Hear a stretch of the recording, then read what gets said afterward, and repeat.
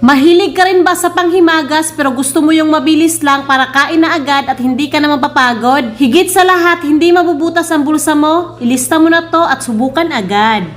Ayan, 4 na ingredients lang yung gagamitin natin. Tapos bali-baliin natin to. Ganito okay na. Buksan ang apoy sa sobrang hina lang. Yung condense. Tapos ibuhos sa kawali. Tilukin. Grabe ng mga Tagalog. Tapos yung tsokolate na 400 grams. Then ukayin hanggang matunaw yung chocolate. Dito na natin ilagay yung biskwit.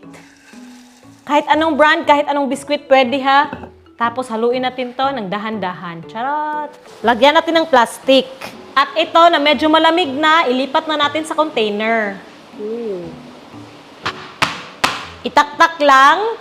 Ito malamig na at medyo matigas na. Takpan natin ang plastic sa taas at ipasok natin sa ref ng mga kahit 1 oras lang. Hindi to freezer ha, refrigerator to.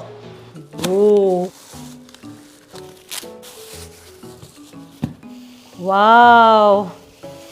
Balik ta rin. Oops. Ganyan guys. Tapos hiwain natin. Oh, wow! Yan sa loob guys,